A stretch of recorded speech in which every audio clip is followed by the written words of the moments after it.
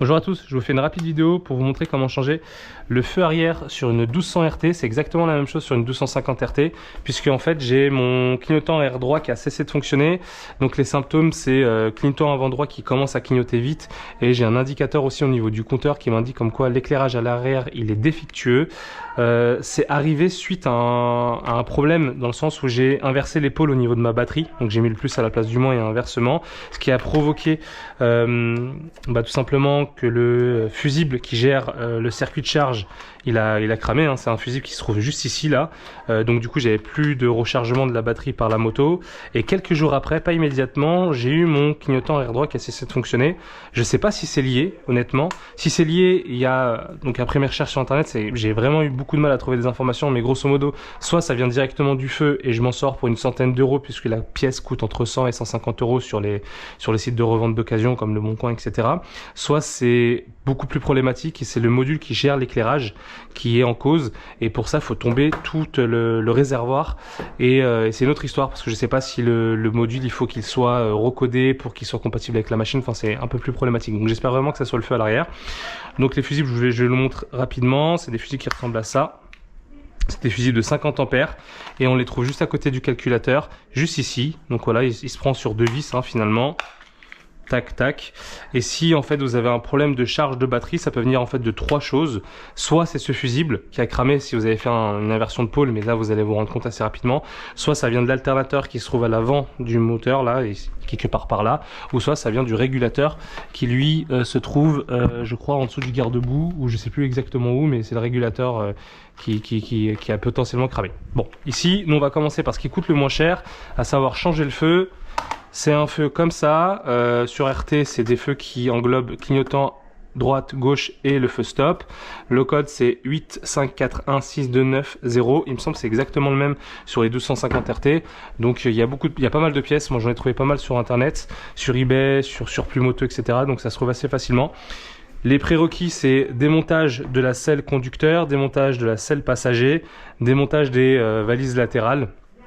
Puisque grosso modo pour sortir le feu là, il faut démonter le panier qui supporte le top case, donc il faut aussi enlever le top case par la même occasion. Donc j'ai déjà commencé un petit peu à enlever les éléments. Pour enlever le top case c'est assez simple, vous voyez ici là vous avez un lock, il suffit de tirer vers l'arrière et de tourner. Alors avant de l'enlever complètement, alors je vais le fermer. Avant d'enlever complètement, il va falloir ici déconnecter cette prise là, en fait, qui est tout simplement la prise qui vient gérer l'éclairage du feu ici, le troisième feu stop, ainsi que l'éclairage à l'intérieur du top case. Et moi j'ai une petite particularité, j'ai une dashcam aussi que je vais devoir dévisser. Je me suis pris une petite viseuse pour dévisser là toutes les vis parce que ça ira plus vite. Par contre pour le remontage j'ai une clé en T, j'ai aussi les valeurs de couple. Les seules valeurs de couple qu'il y a besoin de connaître c'est les vis qui viennent se reprendre sur les poignets, c'est du 5 Nm. Voilà, j'ai pu dévisser, j'enlève la prise. Et du coup il suffit, après avoir dévissé l'intérieur, vous voyez il y a un petit ergot qui sort, il suffit de tirer en arrière et il vient tout seul. Donc on se retrouve avec ça. Ici au total il y a 6 vis, je crois que c'est des M6, donc c'est 1, 2, 3, 4, 5, 6.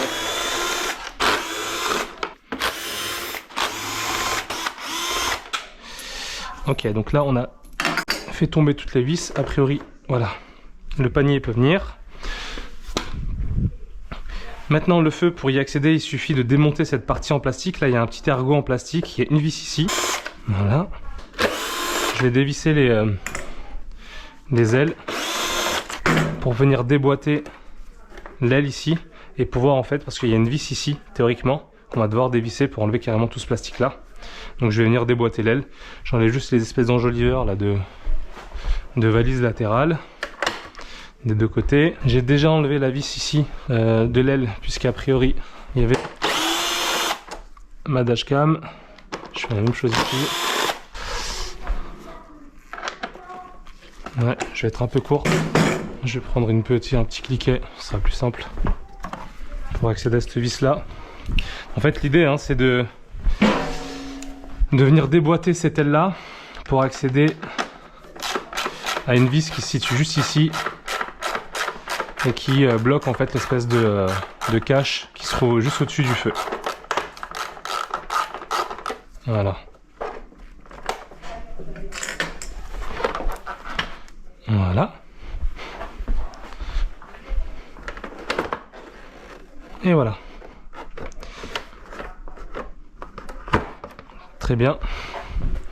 Donc théoriquement il y a une vis ici. Moi je sais que sur la mienne il y en a pas. Parce que lorsque j'ai déjà démonté en fait la partie arrière, je les avais oubliés. Mais la vis elle est juste ici. Donc l'idée c'est de déboîter un petit peu l'aile là. Voilà. Et de dévisser via une clé en T ou quoi que ce soit la vis ici. Ce qui va permettre en fait finalement d'ôter cette partie là en plastique. Et doter cette partie là aussi en plastique. Alors ici il y a la prise accessoire là, allume-cigare. Vous pouvez la laisser, hein, moi je la décale simplement. Ça m'évite de tout démonter. Et là vous pouvez accéder au feu. Donc en gros je vais vous montrer avec l'autre feu. Le feu il est monté sur des cylindres blocs à l'arrière de la moto.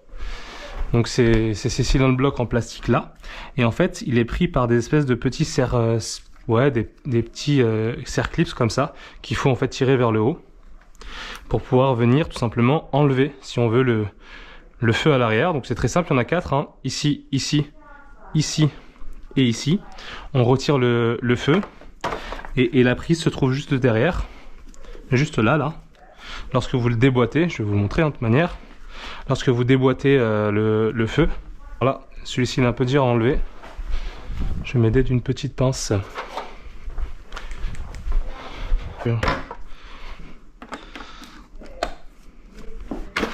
Voilà.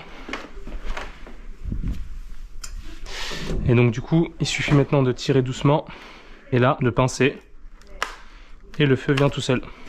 Donc là j'ai fait un montage rapide à blanc, j'ai juste rebranché finalement le feu sur ces silent blocks et la petite cosse et on va tester. Donc j'allume le compteur.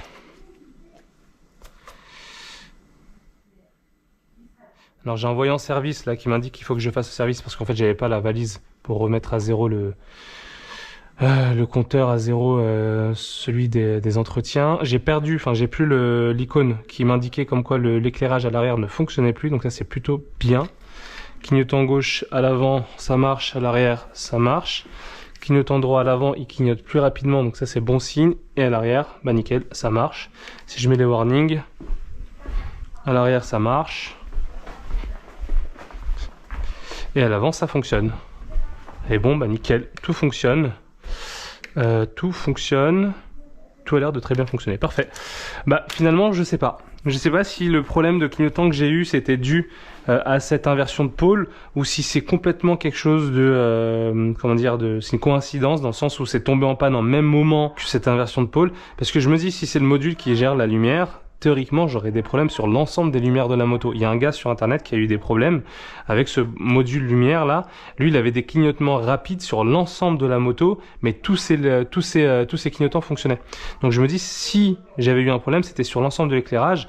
Là a priori c'était pas le cas, c'était que le feu arrière droit qui ne fonctionnait pas. Et en plus j'ai trouvé des gars sur le bon coin qui avaient des blocs feu comme ça de 1200 RT de la même génération que la mienne du coup, avec le clignotant droit qui fonctionne pas. Donc est-ce que c'est une maladie sur ces blocs feu? Je ne sais pas. En tout cas c'est très bien, ça m'évite de faire tomber la moitié de la moto et de partir sur des coûts qui sont plus chers. Pour le remontage il suffit de faire l'exercice arrière finalement, remettre les selles passagers etc. Et à la fin on fera une dernière vérification pour s'assurer qu'on a bien rebranché le top case en récupérant et en vérifiant si l'éclairage du troisième feu stop fonctionne, ce genre de choses.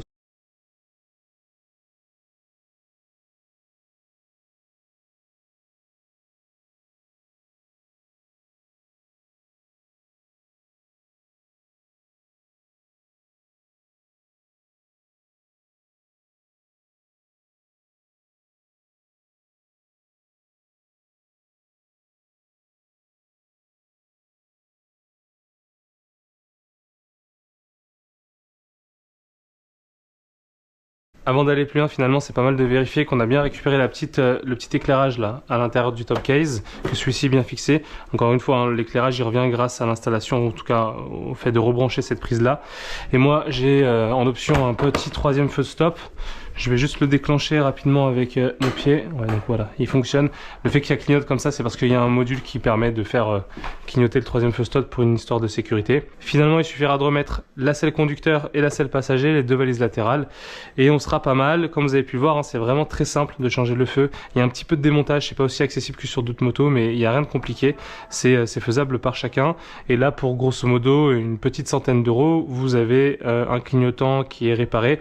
Le seul problème, je trouve, sur la 200 RT, c'est un avantage et un inconvénient, hein, c'est que le feu arrière est très visible, c'est vraiment très bien, les clignotants, etc. Par contre, quand il y a un qui fonctionne plus, il faut changer l'entièreté du bloc optique, et ça coûte tout de suite assez cher. Mais après, on est chez BMW, c'est des pièces d'occasion qui coûtent cher, des pièces neuves qui coûtent encore plus cher. On va dire, on est habitué. Voilà, prochainement, je ferai d'autres vidéos sur une autre moto, sur une 450 MT de chez CF Moto, qu'on va préparer pour du tout-terrain.